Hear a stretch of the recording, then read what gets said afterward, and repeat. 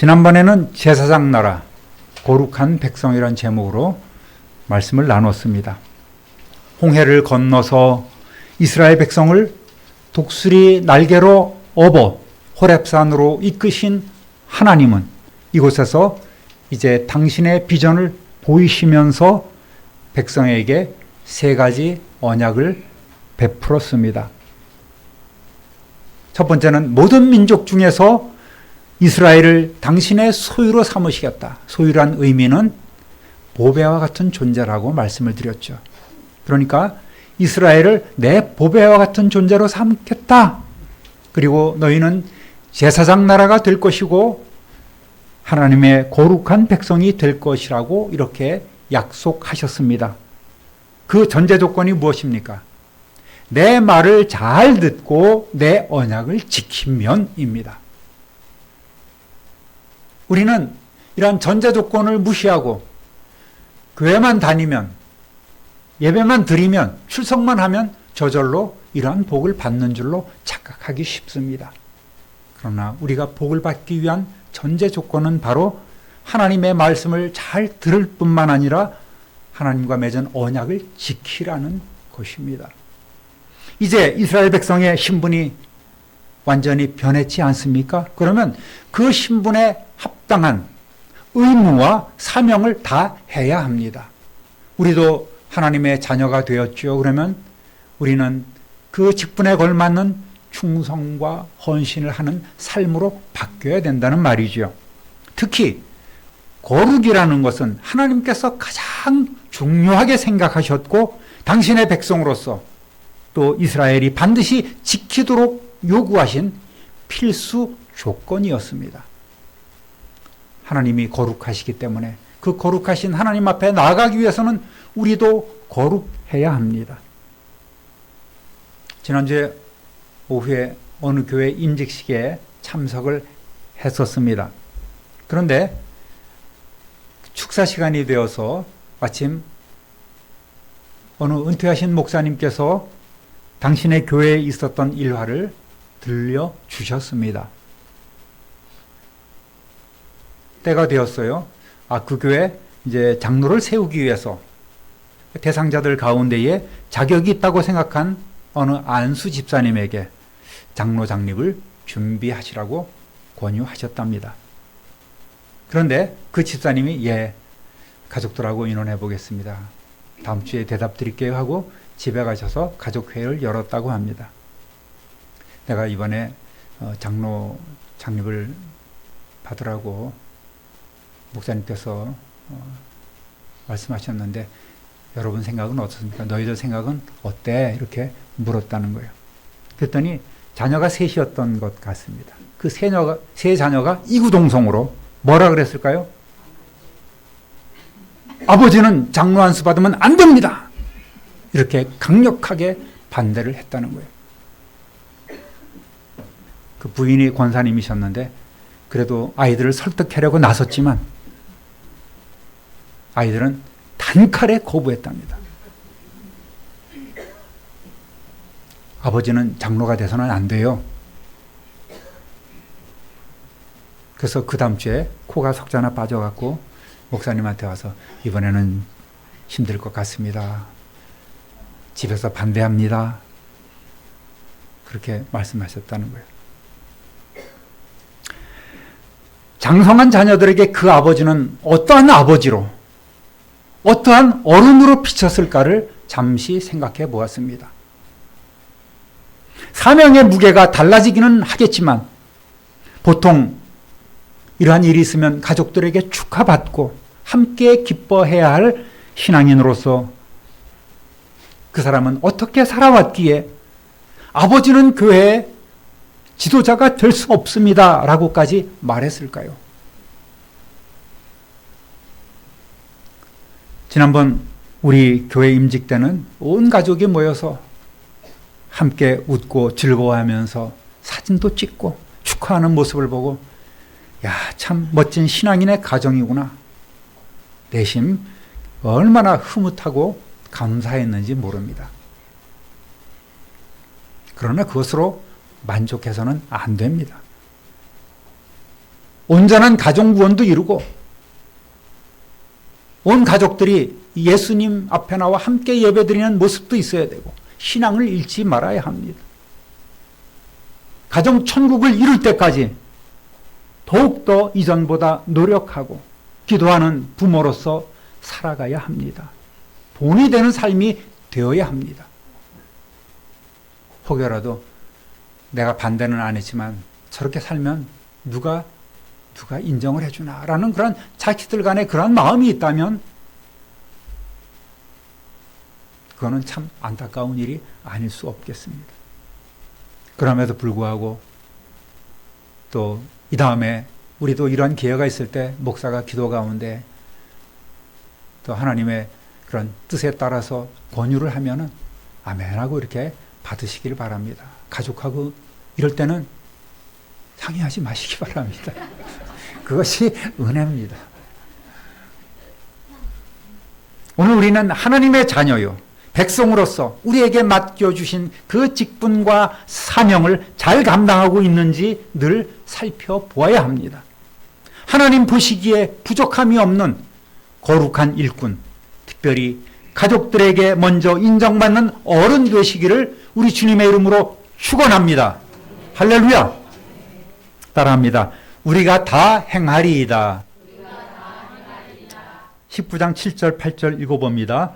모세가 내려와서 백성의 장로들을 불러 여호와께서 자기에게 명령하신 그 모든 말씀을 그들 앞에 진술하니 백성이 일제히 응답하여 이르되 여호와께서 명령하신 대로 우리가 다 행하리이다. 모세가 백성의 말을 여호와께 전하매. 아멘. 모세는 백성의 장로들을 불러서 하나님의 언약의 말씀을 가감없이 그대로 전합니다. 그랬더니 장로들을 통해서 하나님의 뜻을 전달받은 백성이 일제히 뭐라고 약속합니까? 예, 우리가 하나님의 명하신 모든 말씀을 잘 듣고 모두 지키겠습니다. 그렇게 서약합니다. 하나님께서 10가지 재앙을 애굽에 내리시고 그곳에서 이스라엘 민족을 이끌어내셨습니다. 구름 기둥, 불 기둥으로 인도하시고 홍해를 육지처럼 건너오게 하셨습니다. 하늘에 만나가 내리고 목이 마르면 또 반석을 쳐서 물도 주시고 쓴물이 단물로 변화되게 하시고 고기가 먹고 싶으면 메추라기도 이렇게 불어오게 하셔서 시큰 배불리게 하십니다. 이런 것을 보면 지금까지 이스라엘 백성들의 그 경험으로 봐서는 아유 우리가 못 지키겠습니다 할 하등의 이유가 없습니다. 게다가 하나님께서는 내가 너희를 나의 보물로 삼겠다, 내 소유로 삼겠다, 그리고 제사장 나라로 삼고 거룩한 백성으로 받아들여서 이런저런 복도 주시겠다고 하는데 누가 반대하겠습니까? 그러니까 이 백성들은 우리가 손해날 것 없지 화끈하게 예, 그렇게 우리는 순종하겠습니다. 내 말을 잘 듣고 내 언약을 지키면 내가 이런 복을 주겠다. 예, 우리는 그대로 지키겠습니다. 이렇게 대답을 했습니다. 모세는 다시 산으로 올라갑니다. 모세가 나이가 이때 80이 이제 지나갈 때 아니겠습니까? 그런데 그 높은 시내산, 뭐 사우디에 있든지 아니면 시나이 반도에 있든지 다 2000m가 넘는 산들이에요. 거기를 두 번째 올라갑니다. 총 8번이나 올라갔어요. 때로는 40일 금식기도 하면서 그렇게 그 산을 오르내렸던 모세를 보십시오. 다시 산으로 올라가서 하나님께 하나님 백성들이 말씀대로 준행하겠다고 약속했습니다. 이렇게 하나님 앞에 보고를 드립니다. 9절 읽어보겠습니다. 여호와께서 모세에게 이르시되 내가 빽빽한 구름 가운데서 내게 임함은 내가 너와 말하는 것을 백성들이 듣게 하여 또한 너를 영영히 믿게 하려 함이니라. 모세가 백성의 말을 여호와께 아뢰었으므로. 아멘. 모세의 보고를 받으신 하나님은 모세에게 빽빽한 구름, 즉 짙은 구름 가운데서 만나시겠다고 그렇게 말씀을 하십니다. 원어상으로 빽빽한 그 구름이라고 이렇게 되어 있으니 아마도 그 구름은 어떤 구름일까요? 지금까지 이스라엘 백성들을 인도했던 구름 기둥 가운데 그 구름을 이야기를 하는 것입니다. 이렇게 구름으로 당신을 감싸시는 이유가 뭘까요? 왜 구름으로 당신을 감추실까요? 왜냐하면 사람이 하나님의 모습을 보게 되면 반드시 죽게 되기 때문입니다. 출애굽기 33장 20절 읽어보겠습니다. 또 이르시되 네가 내 얼굴을 보지 못하리니 나를 보고 살 자가 없음이니라. 가을에 출애굽기 고시 볼 때 이런 문제는 꼭 나옵니다. 밑줄 쫙 동그라미 꼭 치시기 바랍니다. 아무리 하나님의 뜻을 대신 전하는 종일지라도 모세는 불완전한 인간에 불과합니다. 결코 하나님의 거룩한 완전하신 그 하나님을 직접 뵐 수 없습니다. 이것은 부족한 인간을 보호하시려는 하나님의 또 다른 은혜였습니다. 또 이렇게 하시는 이유를 한 가지 더 말씀해 주십니다. 하나님께서 모세와 말씀하시는 것을 백성이 다 듣게 하고 백성이 모세를 영원히 믿게 하려는 뜻이라고 말씀하십니다. 무슨 얘기입니까? 하나님과 대화를 하는 그 모세를 보면서 백성들은 하나님의 종으로서의 그 모세의 권위를 인정하게 되고 또 믿고 따르게 하시려는 하나님의 배려요, 일종의 시청각 교육이란 말입니다. 그래야만 백성들은 모세를 통해서 전달받는 하나님의 말씀, 즉 이제 곧 시내산에서 부여하실 그 율법과 규례가 반드시 지켜져야 하고 복을 받을 수 있는 길임을 알게 되기 때문입니다. 따라합니다. 셋째 날을 기다리게 하라. 10절 11절 읽어보겠습니다. 여호와께서 모세에게 이르시되 너는 백성에게로 가서 오늘과 내일 그들을 성결하게 하며 그들에게 옷을 빨게 하고 준비하게 하여 셋째 날을 기다리게 하라.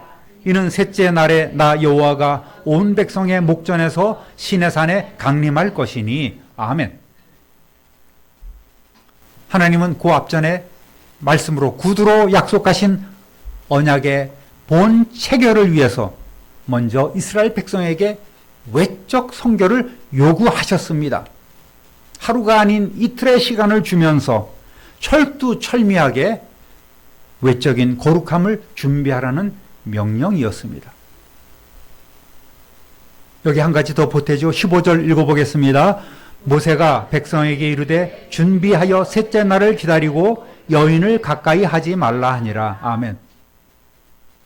이러한 성결을 위한 준비의 기본은 먼저 몸을 씻고 또 입고 있는 옷도 깨끗하게 빨아야 합니다.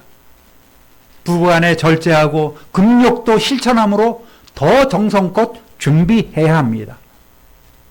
여기서 우리는 예배자의 자세를 배울 수 있습니다.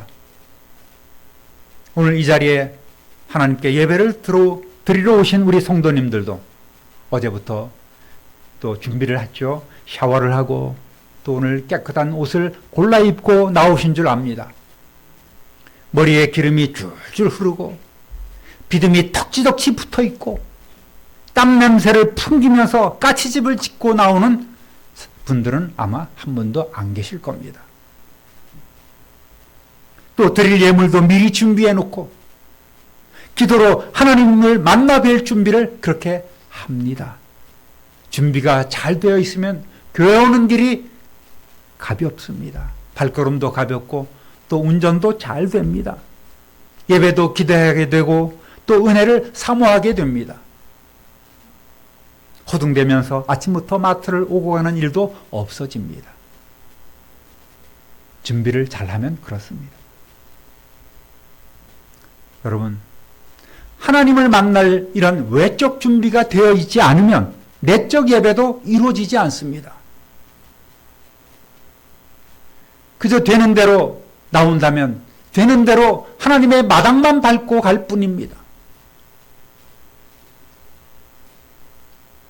그래서 음식 맛도 중요하겠지만 그 음식을 담는 그릇도 플레이팅이라 하죠. 그런 것도 담는 방법도 굉장히 중요하지 않습니까?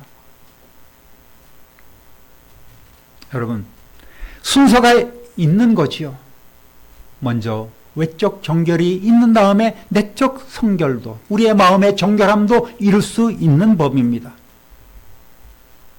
자연스럽게 기다리며 몸을 씻으며 우리의 마음을 돌아보고 옷을 빨면서 내 삶을 돌아볼 수 있습니다. 그러면서 그 예배를 기대하며 기다리게 됩니다. 우리의 마음도 간절함으로 또 와서 하나님 앞에 자복하고 내적인 성결함도 이룰 수 있는 거예요. 그런 과정을 오늘 여기 앉아 계신 저나 여러분 모두가 다 거친 줄로 믿습니다.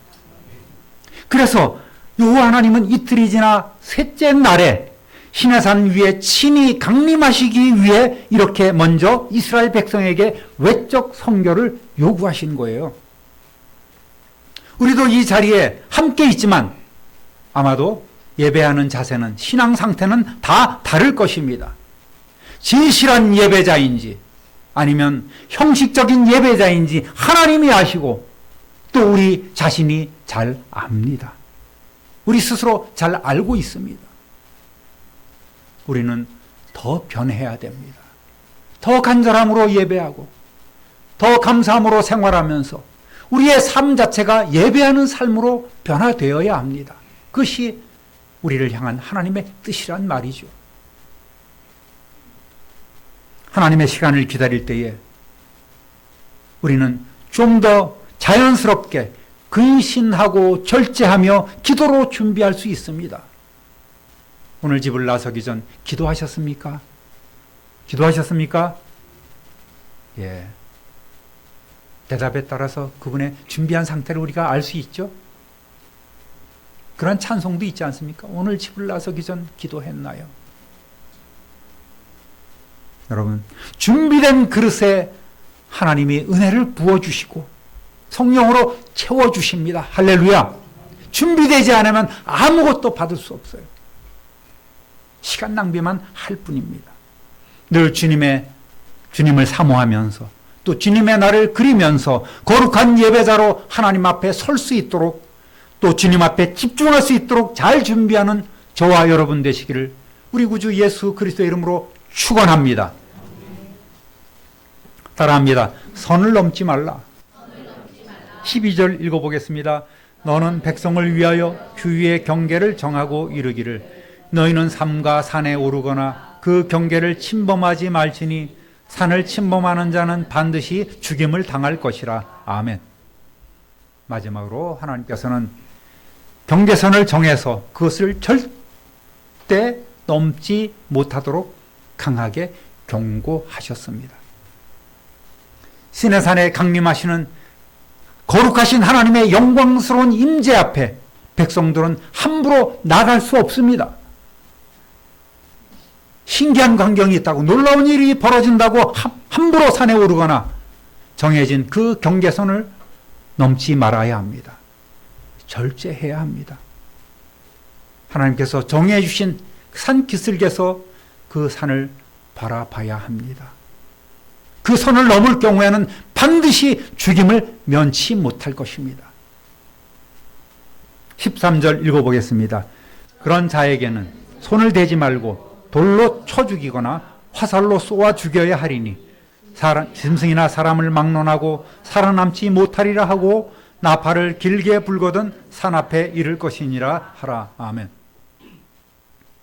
물론 하나님께서 그 정해놓은 경계선을 사람들이 범하면 우르릉캉캉 직접 사람들을 치실 수 있습니다. 그런 자들을 처리할 수 있어요. 그러나 경계선을 정하고 파수꾼과 경계병을 정하고 또 준비하는 과정에서 사람들은 하나님의 명령의 엄중함을 백성들이 직접 느낄 수 있도록 하셨습니다. 강하고 날랜 젊은 사람들을 뽑아서 그들을 무장시키고 적재적소에 배치를 하고 또 하나님의 그 위험이 손상되지 않도록 이러한 준비하는 과정을 보면서 이스라엘 백성은 저 선을 넘어가면 안 되겠구나라는 그런 경계심을 갖게 되었습니다. 여러분, 축구 경기장을 보면 관리하는 사람들은 어디를 바라보고 있습니까? 경기장을 바라봅니까? 관중석을 바라봅니까? 예, 관중석을 바라봅니다.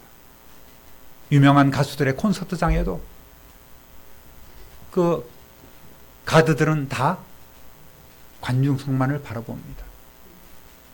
그것이 그들의 자세예요. 아무리 함성이 커지고 뒤에서 골이 터진 것 같은 그런 폭발적인 그런 소리가 들려도 이들은 묵묵하게 자기의 할 바를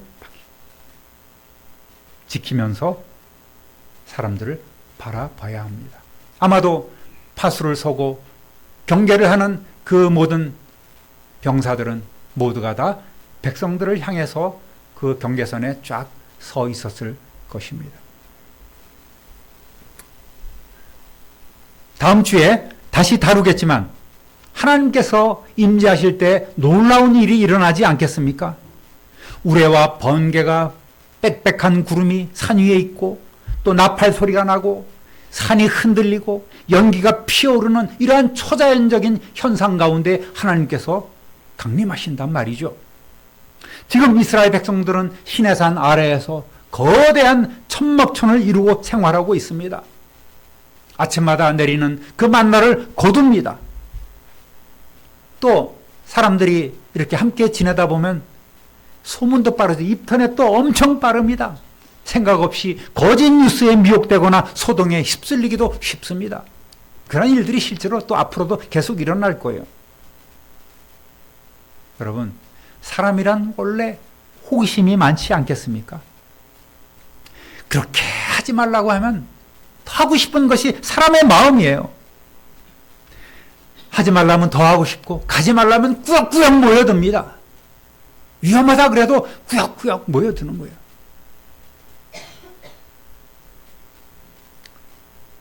특히나 사고가 나고 불이 났다 하면 사람들은 어디서든지 귀신같이 알고들 그곳에 모여듭니다. 구경 가운데 무슨 구경이 최고라고 옛날에 속담이 있었습니다. 무슨 구경이에요? 물구경이 최고라고 그랬어요. 남의 불행은 뒷전이고 사고 나면 차들이 그렇게 밀리는 거예요. 피해서 가면 얼른 빠질 텐데 다 뭔가 그렇게 그냥 내가 아니라서 다행이다 하고 다 이렇게 보다 보면 점점 더 지체되는 거예요. 그것이 사람들의 마음이란 말입니다. 좋은 의미에서는 관심이겠지만 지나치면 독이 되는 법 아니겠습니까? 그런데 하나님께서 시내산에 강림하신다. 그 놀라운 그러한 자연현상을 통해서 우르릉 쾅쾅 번쩍번쩍 하는 가운데 빽빽한 구름이 있고 산이 흔들리고 땅이 지진이 나고 말이죠. 그런 놀라운 광경, 정말 스펙타클한 그런 광경이 눈앞에 펼쳐질 때에 사람들은 흥분하게 되는 것 아니겠습니까? 와, 좀 가까이서 봐야지 하고 누구 하나가 호기심을 가지고 그 산으로 뛰어들어 올라가게 되면 군중 심리로 사람들이 모두가 다 따라서 산에 올라갈 수 있기 때문에 지키는 자들은 무장을 단단히 하고 또 거리가 있으면 화살로 쏘아 죽여야 합니다. 수백만 마리나 되는 그 가축대도 잘 단속해서 그 경계선을 한 마리도 넘지 못하도록 이렇게 얼씬하지 못하도록 하는 것이 참으로 중요하단 말입니다. 미국에도 뭐 무슨 부의 분배 문제나 아니면 인종차별 문제로 소요가 많이 일어나지 않습니까? 이번에도 뭐 여러 소요가 일어납니다. 그런데 시위가 일어나면 꼭 따라오는 게 있어요. 시위만 하면 끝나면 될 텐데 우리나라처럼 뒤에 꼭 약탈이 있어요. 방화를 저지릅니다. 상가를 부수고 차를 불태우고 안에 진열되어 있는 것들을 막 훔쳐나가는 거예요. 아니 자기들의 목적을 관철하기 위해서 이렇게 데모하는 것과 물건 약탈하는 것하고 무슨 상관이 있는지 모르겠어요. 사람들의 심리는, 어둠 권세에 눌려있는 사람들의 심리는 그때를 틈타는 것입니다. 기회는 이때다. 내 사리사욕을 채울 수 있는 기회라고 생각하기 때문에 그들은 쉽게, 너무나도 쉽게 그 범죄를 저지르고 있는 것 아니겠습니까? 사람들의 심정이 이런 거예요. 이렇게 군중 심리에 휩쓸리게 되면 걷잡을 수 없는 일들이 일어나게 되는 거죠. 야, 우리 가까이 가서 보자! 몰려가게 되면 지키고 있는 사람들의 모든 그런 수고도 헛된 것이 되는 것 아니겠습니까? 그래서 하나님은 또 당부하고 이렇게 철저하게 지키도록 경계선을 그어 놓으셨습니다. 이러한 불상사를 방지하기 위해서 하나님께서는 모든 백성을 다 한자리에 모이도록 이렇게 조치하셨습니다. 그런 죄를 질 때에 그 부정한 자를 잡는다고 이렇게 죄를 범한 자를 잡으면 그 사람도 부정하게 되기 때문에 손을 대지 말고 돌로 쳐서 죽이거나 화살로, 창으로, 칼로 죽이는 수밖에 없겠죠. 이런 것을 완전히 교육시킨 후에 하나님께서는 백성들로 하여금 진중에서 기다렸다가 하늘로부터 나팔 소리가 나면 진에서 나와서 산 입구, 산 기슭에 정해진 곳에 나와서 모여 있도록 했습니다. 백성들 가운데서는 귀찮아. 나는 안 갈 거야. 사람들 모인 곳에 내가 왜 가? 그럼 무슨 일이 있다고? 나는 안 갈 거야. 나 하나쯤 빠져도 되겠지. 나 오늘 좀 몸이 불편한데 하면서 갖가지 핑계를 댈 수도 있겠어요. 그러나 그것을 하나님께서 원치 않으신단 말입니다. 오늘 우리는 이러한 핑계 저러한 핑계로 예배에 소홀히 하는 그런 일들을 자주 봅니다. 오늘 무슨 이유로 우리 성도님들이 나오지 못했을까요? 하나님이 기뻐하실까요? 14절 읽어보겠습니다. 모세가 산에서 내려와 백성에게 이르러 백성을 성결하게 하니 그들이 자기 옷을 빨더라. 여러분, 200~300만이나 되는 그런 사람들이 그 광야에서 물을 어디서 얻겠어요? 시내를 흐르게 하셨을까요?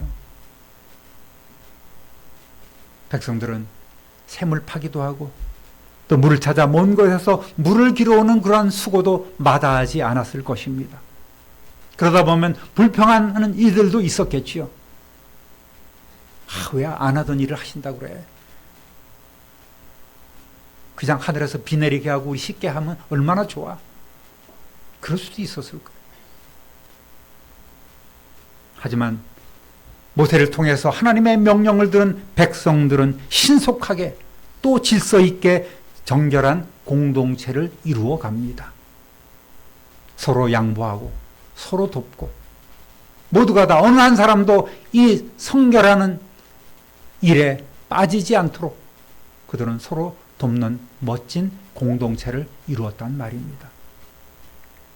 사랑하는 우리 참빛누리교회 성도 여러분, 오늘 말씀을 통해서 하나님의 약속된 말씀을 믿고 명령에 순종하면서 정결하고 성결하고 진실한 예배자로 준비하시고 그러므로 하나님의 소유된 백성이요 보배로운 존재로서 왕같은 제사장으로 거룩한 백성으로 더 큰 복을 받고 누리시는 저와 여러분 되시기를 우리 구주 예수 그리스도의 이름으로 축원합니다. 축원합니다. 축원합니다.